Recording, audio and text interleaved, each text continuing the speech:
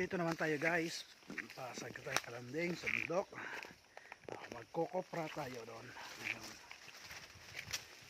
Kala ko na ito yung gagawin kong tawag dito hakutan, yung paglalagyan ng nyug para maipon. Dito tayo sa daan para punta doon sa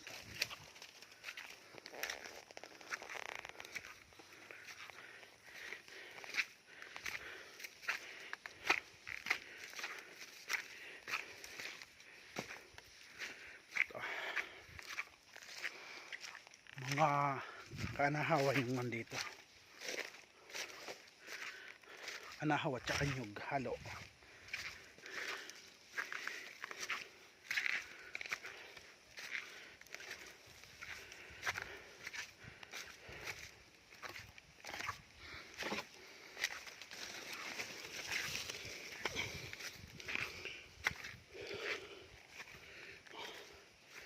May nagkakawit na rin dito.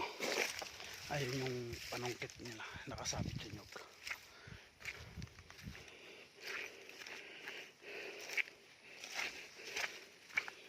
Uy, may nagputol ng kahoy dito. Ginawang retaso. Ito yung puno.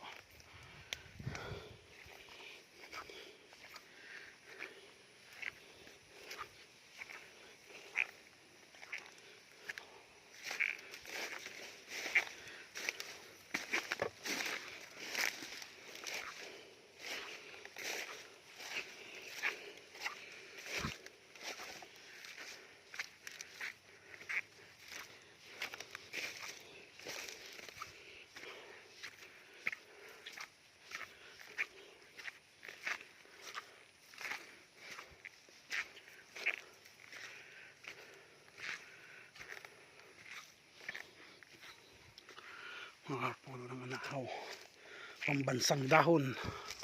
Yan, anahaw.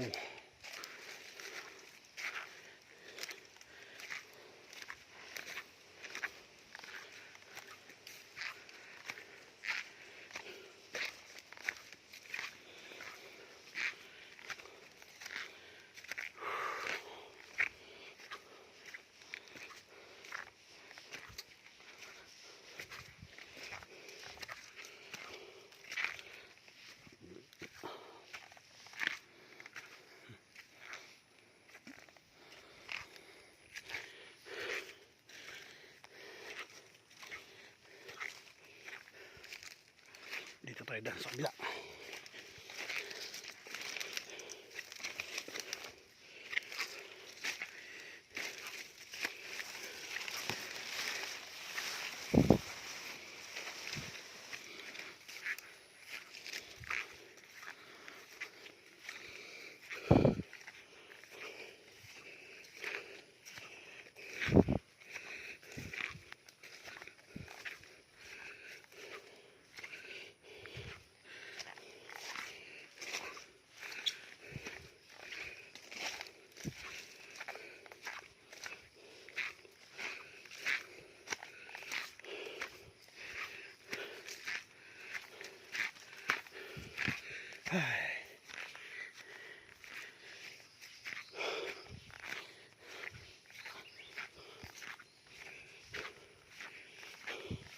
Hop, andito na tayo sa taas. Pagod.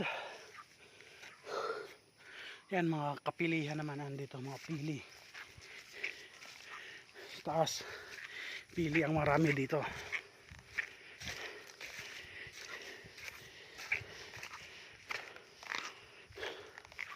Yan, mga pili. Andun, lahat ng kahoy na yan na makita mo dyan. Kita nyo, lahat pili yan.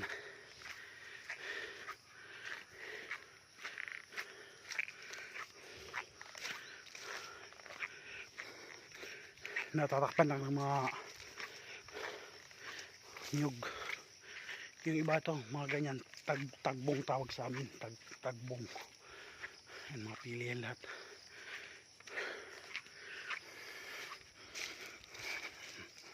Mga pili.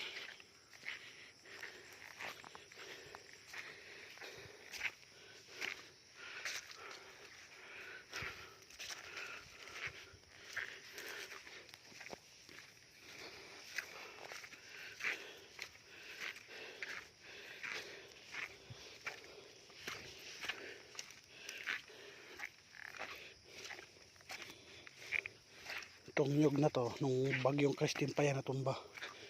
Hindi. Bagyong Christine.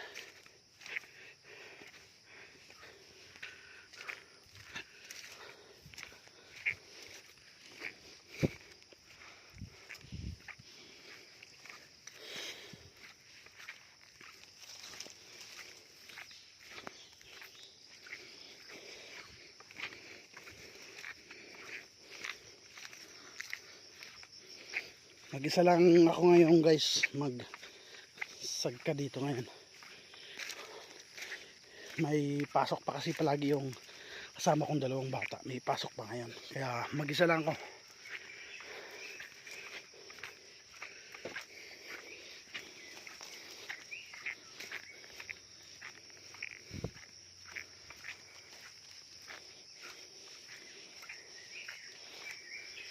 Ayun yung piling na tumba ng bagyo rin.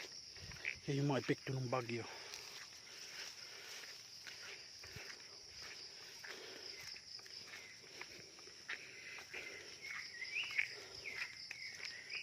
Agunan tsaka Kubo.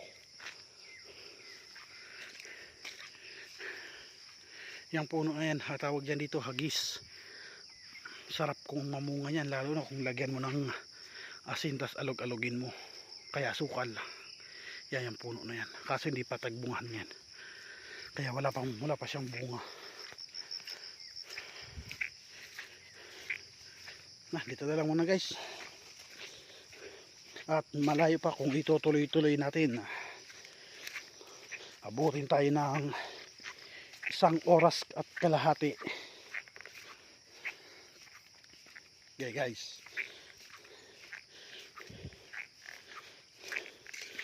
at pa-support na rin guys ng YouTube channel ko. Pa-support pala guys ng YouTube channel ko, Bisakol Vlog TV. Bago lang yan, bagong account lang pa. Subscribe na lang, like and subscribe na lang. Thank you.